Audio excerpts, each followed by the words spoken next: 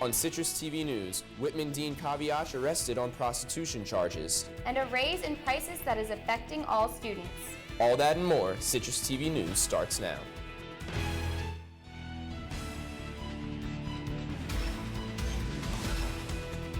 From the Citrus TV studios, this is Citrus TV News live at 6, your campus news leader. Good evening and welcome to Citrus TV News. I'm Johnny Oliver. And I'm Brooke Glatz here with tonight's top stories. The dean of the Whitman School of Business has been arrested for prostitution charges.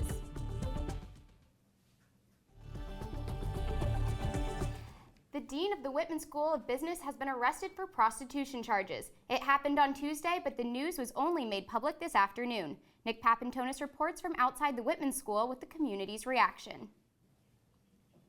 A highly respected dean on his way to taking this school to the top of the rankings, suddenly gone and in disgrace. Kenneth Kaviach arrested for allegedly patronizing a prostitute in the town of Salina, leaving the entire Whitman community in shock. With prostitutes, really didn't see that coming. Came out of kind of nowhere, and he did a really good job at the business school moving up in the rankings. I think it's definitely interesting. I knew it'd either be something money or sex. That's how people get removed that quickly. The arrest was made by the Onondaga County Sheriff's Department on Tuesday. Kaviach was officially relieved of his duties and placed on administrative leave the following afternoon. The news of the arrest breaks nearly 2 days of silence from law enforcement and the university, with one faculty member calling it a wall of silence. Whitman administrators held a forum this morning outlining their plans moving forward, confirming Vice Chancellor Michael Haney will serve as acting dean until an interim can be found. Administrators are refusing to set a timeline for selecting a new dean, calling it dangerous and, quote, there is no script for this kind of circumstance. From the Whitman School, Nick Papantonis, Citrus TV News. Kaviach has served as the dean of the Whitman School since July of 2013. We'll continue to bring you more information about this story as it becomes available. You can also follow us on Facebook and Twitter to receive updates as they happen.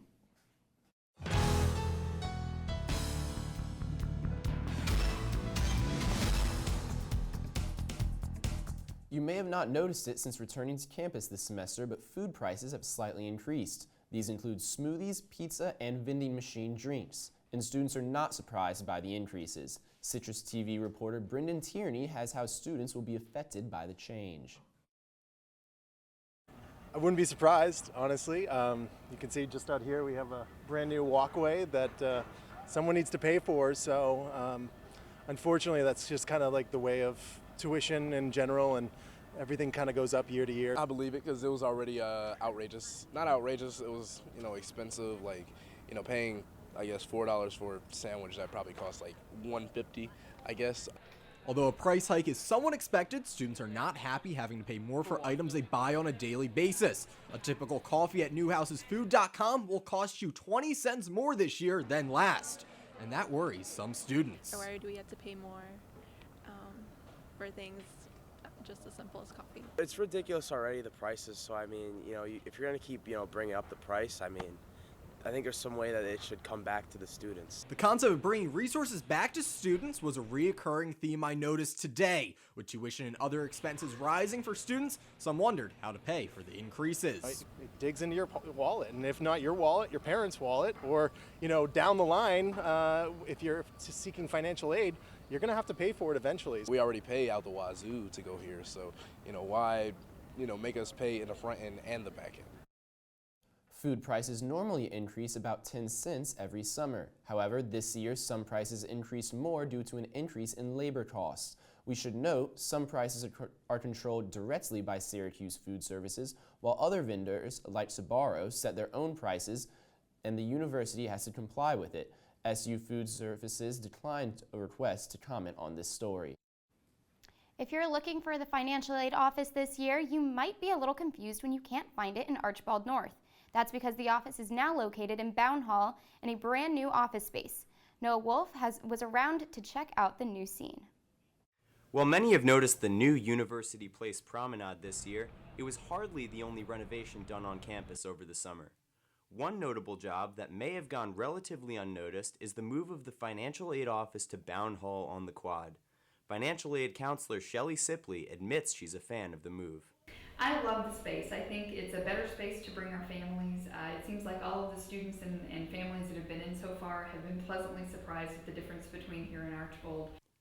According to Sipley, the move will benefit students and staff for several reasons. It's an accessible building, which is our biggest wish in moving offices. So that's very nice. In addition to that, it's a much bigger space, it's a much more pleasant environment, and students have a little more privacy when they're speaking with their financial aid counselors. The financial aid offices used to be located here in Archbold North, but ongoing renovations have made the move to Bound necessary. The financial aid office's move to Bound Hall was one of many renovations done on campus this summer. New bells in the Krause Bell Tower, a water main on Sims Drive, and renovations to Haven, Flint, and Del Plain Halls were just a few significant upgrades to campus. Many students have taken notice. It's more convenient for the students to just they're able to walk on the street or the promenade now if they want to. Construction is an ongoing process in Syracuse, and there are new projects constantly being planned and built.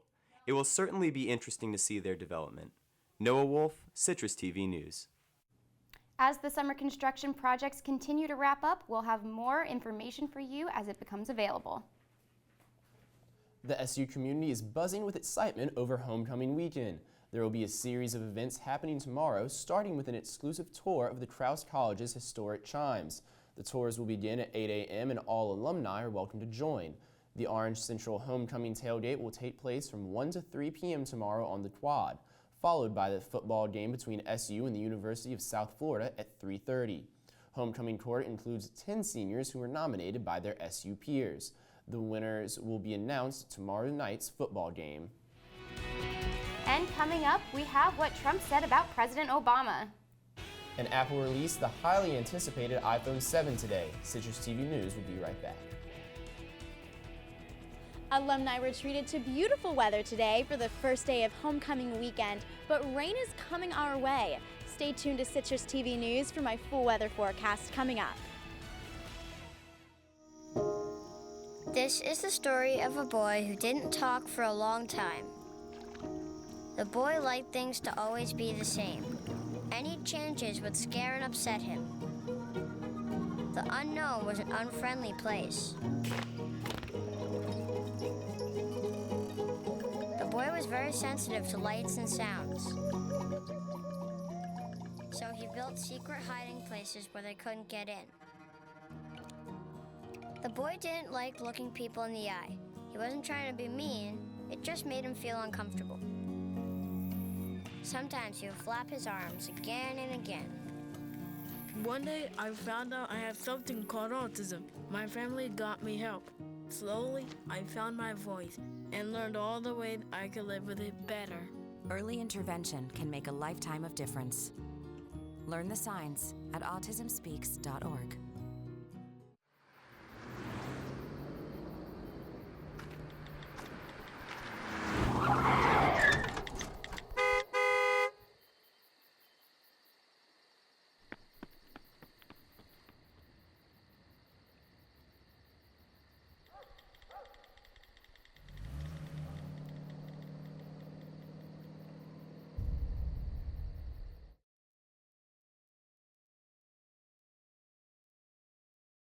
They said I have troll teeth. That my voice sounded like a possessed baby doll. That no one would ever love someone as stupid as me. That I was fat, ugly.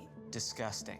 The effect of bullying is potent. We will no longer be the silent majority. Now, when you see online bullying, there's something you can do about it. We're gonna take action with the eye. I am a witness. I am a witness. I am a witness. I am a witness. I am a witness, and so are you.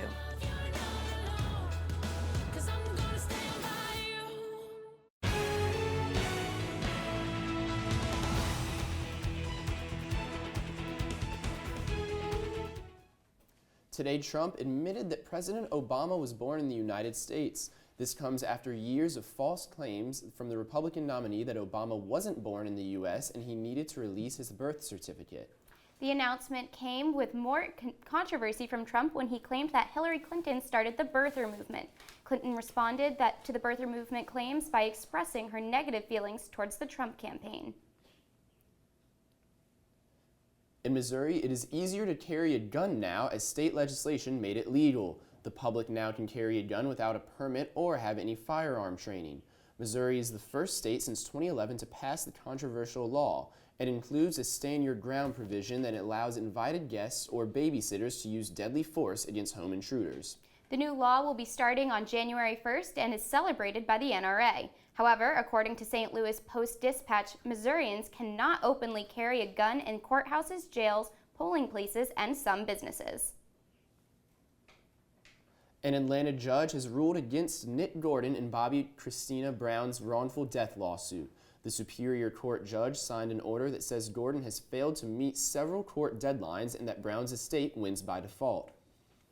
Brown was found unresponsive in her bathtub in Atlanta early last year and died 6 months later. She is the daughter of singers Whitney Houston and Bobby Brown. Gordon has not been charged with a crime. Sea ice cover in the Arctic Ocean has reached its minimum extent only a few days ago, tying with the second lowest it's ever been on satellite record. Satellite images show the amount of ice cover shrunk over the spring and summer, and scientists at the National Snow and Ice Data Center believe Arctic ice will continue decreasing over the next few years. The ceasefire in Syria that began Monday between the United States and Russia is still intact. Bulldozers are clearing a main road in the northern city of Aleppo to make way for aid convoys to reach rebel-held neighborhoods. The aid deliveries are part of a deal made between the U.S. and Russia. It is unknown whether the aid convoys will enter the city.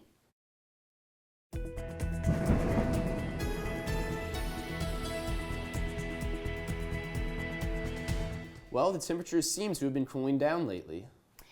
Rebecca Castor will be here with our full weather forecast and what temperatures we can expect for the weekend. Rebecca?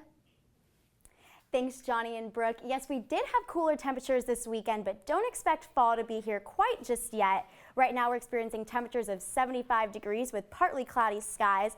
And as we take a look at upstate New York, we'll see a lot of cities are experiencing similar temperatures. If we go over to Rochester, they're hitting 79 today, and Syracuse is going to hike back up there later this week.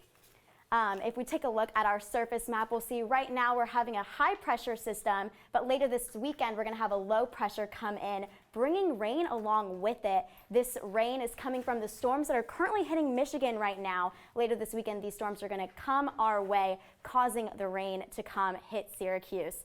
And that's why we'll see right here on our Doppler radar, we're going to have some dry air for the rest of today and should be dry tomorrow. But then on Sunday, that rain is going to come in, going to be pretty heavy. So you're going to want to have your umbrella this weekend. But tomorrow morning when you wake up, we'll have cooler temperatures of 62 degrees with partly cloudy skies. And it's going to warm up throughout the day. By game time, we can expect higher temperatures of 77 degrees, but it's going to feel like 80 and it's going to be cloudy. And hopefully we'll have a win for the orange.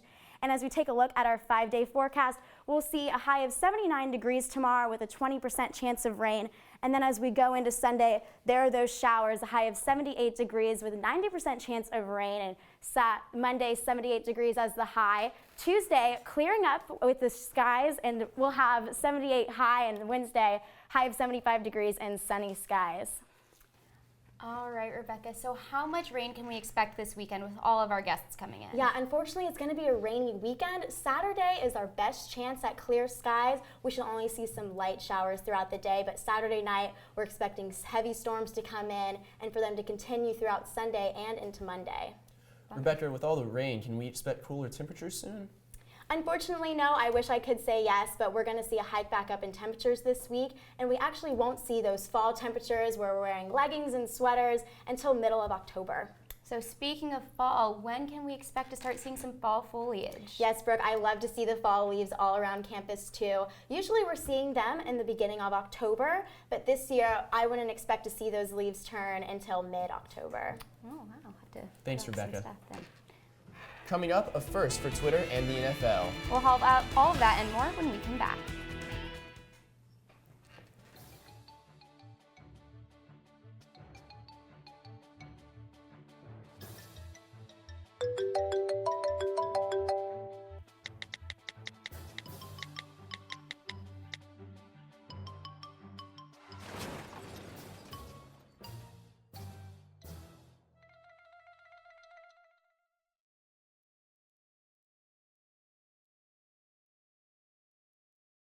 Adventure can be found anywhere, but the best place to start is in the forest. I spy something beginning with S. Snow? No. Snow-covered trees. Nothing to do with snow. Head outside to discover incredible animals and beautiful plants that come together to create an unforgettable adventure. Wow. So grab your loved ones. Don't even. And explore a world of possibilities. Come on, this way. Visit discovertheforest.org to find the closest forest or park to you. Your daughter just had her first breakup. Do you A, put yourself in her shoes? B, console her? Don't worry, sweetie. This is gonna happen a lot. Or C, find her a new boyfriend? Nice, single boys. That was weird. As a parent, there are no perfect answers. But you don't have to be perfect to be a perfect parent. Thousands of teens in foster care will love you just the same.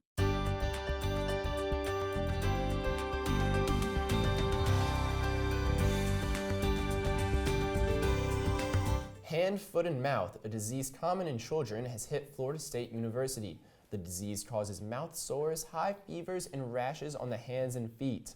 FSU Health Services say that they've been presented with less than 20 cases in the past week. The cause of the outbreak is unknown, but some think that because of the recent hurricanes, the lack of electricity and humid conditions have been a breeding ground for germs. Brain cancer is now the leading killer among childhood cancers. Brain cancer has made the jump because of strides made in pediatric research for other cancers. The former number one childhood cancer killer, leukemia, is now less deadly, and brain tumor rates in children are also becoming less common. Death rates from cancer are down about 20% among children and teens overall.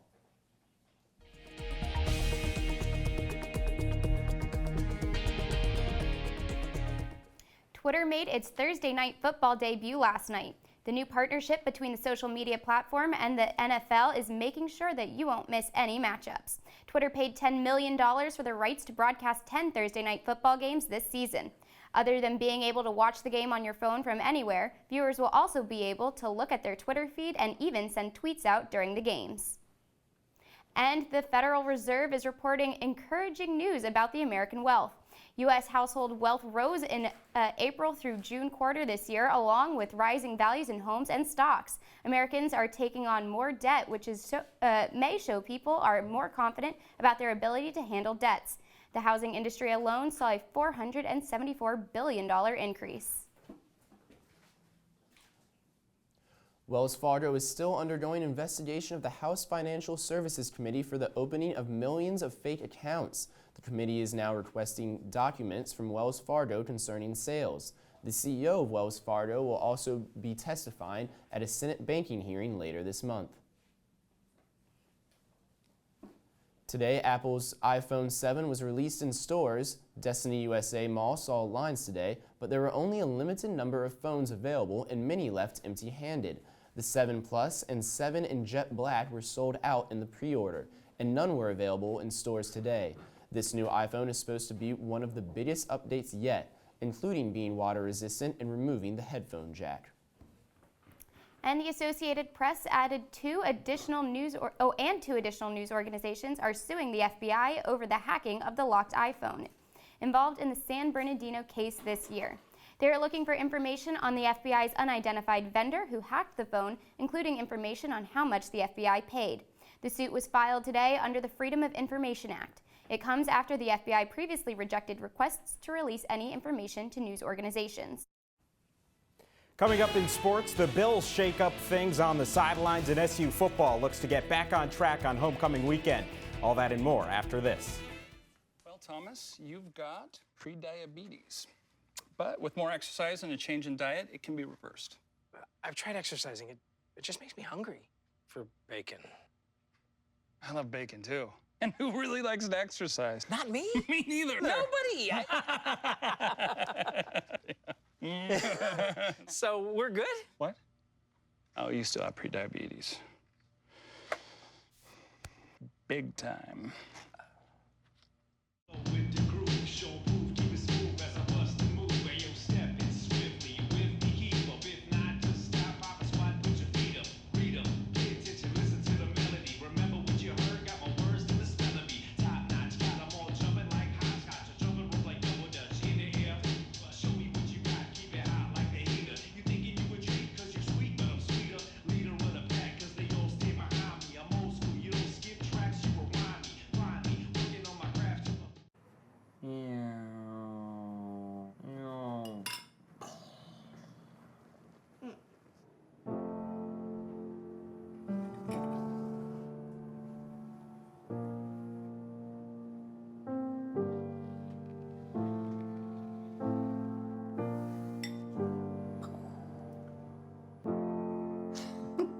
Visit aarp.org/caregiving for information on how to provide even better care for the person who wants to care of you.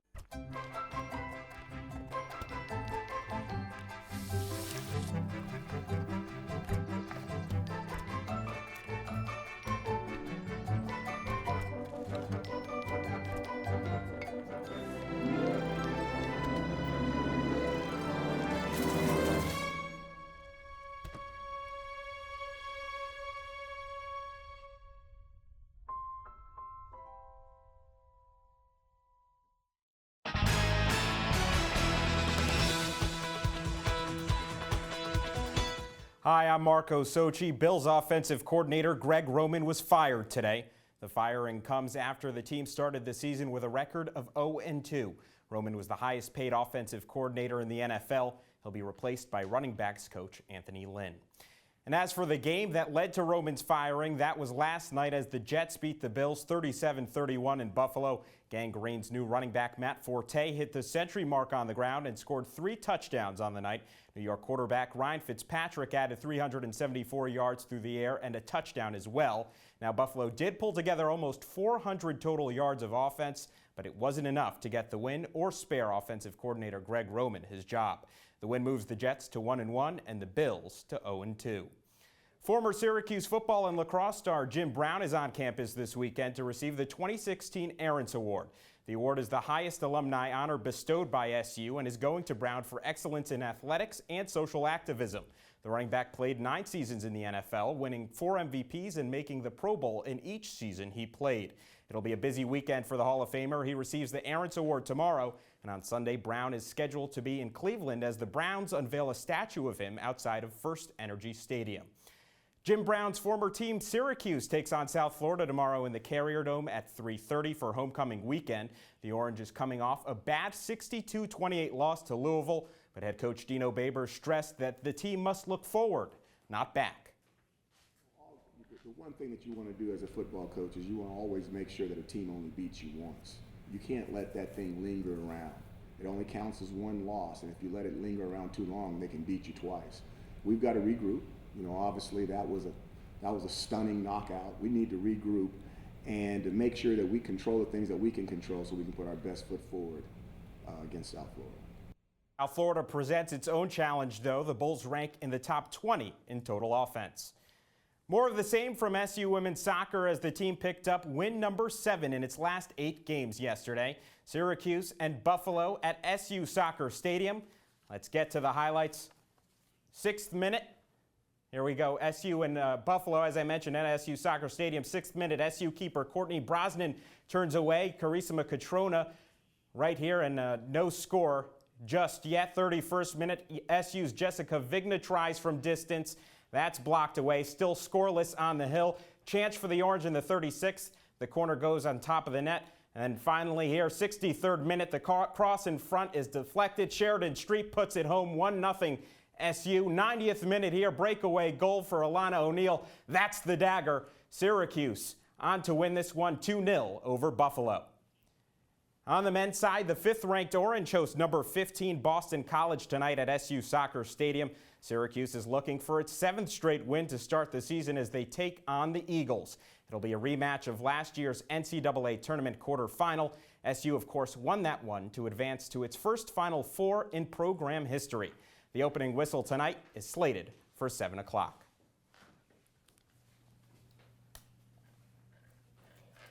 And we'll have one last look at your weather when we come back.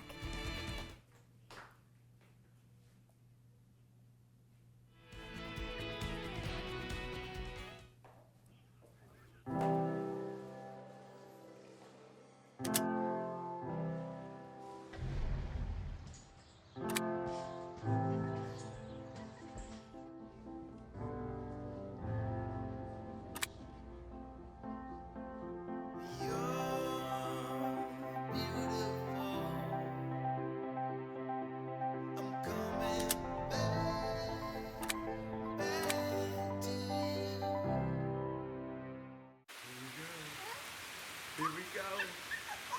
We're gonna go out there in the rain. Gonna get wet. All right, here we go.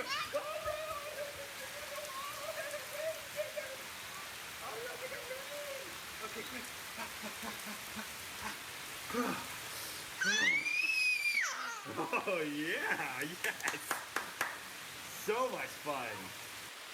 Mwah. We're getting so wet. Fancy pants peanut butter?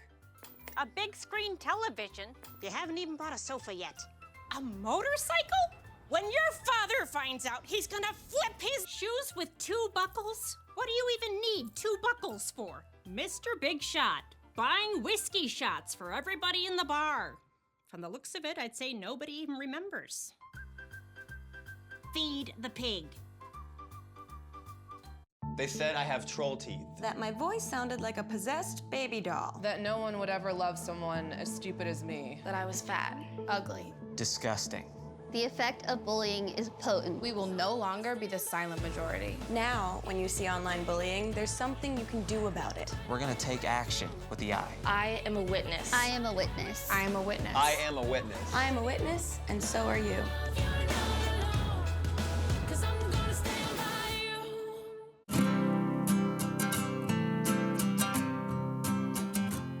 Día a día, una red de samaritanos reúne el excedente de comida en bancos de alimentos, dando esperanza a millones de niños que luchan contra el hambre. Se han ganado sus alas y tú también puedes hacerlo. Juntos podemos solucionar el hambre infantil. Apoya a Feeding America y a tu banco de alimentos en feedingamerica.org/español. So Rebecca, what should we be wearing tomorrow for game day? All right, well, if you're gonna go out and hang out with your friends before the game, it's gonna be pretty cool. So you may wanna have a light jacket with you over your Syracuse gear, but once it's game time, it's gonna get up to like 77 degrees, gonna feel like 80, so it's gonna be hot. So you're definitely gonna wanna dress in layers tomorrow for the game. Perfect. And so we're lucky that in case it does rain, at least we are in a dome and not out on a field. Is there anything else that we should be preparing for with this rain this weekend? Yeah, definitely always have your umbrella on you. You may want to break out some rain boots. We are going to get some heavy thunderstorms, so hopefully not too many alumni events will be disrupted this weekend, but they're going to need to have their umbrellas on them. Perfect. And I actually had to break out my jacket this weekend. Is that cold weather going to keep getting worse, or are we still going to have some warm days left in this? Yeah, we definitely have some warm days left, so that's good for everybody that loves the warmer temperatures we're having this September. But it will continue to stay cool in the evenings. We're going to see like lower temperatures in the 60s continuing throughout the evenings, but during that day, the sun's going to be out and it's going to be warm. Perfect. I love the Thank warm you, Rebecca. weather. Well, that's all we have for Citrus TV News this evening. Check us out online at CitrusTV.com and follow us on Facebook, Twitter, and Instagram at CitrusTV News. I'm Johnny Oliver. And I'm Brooke Glatz. Have a great homecoming weekend, Syracuse.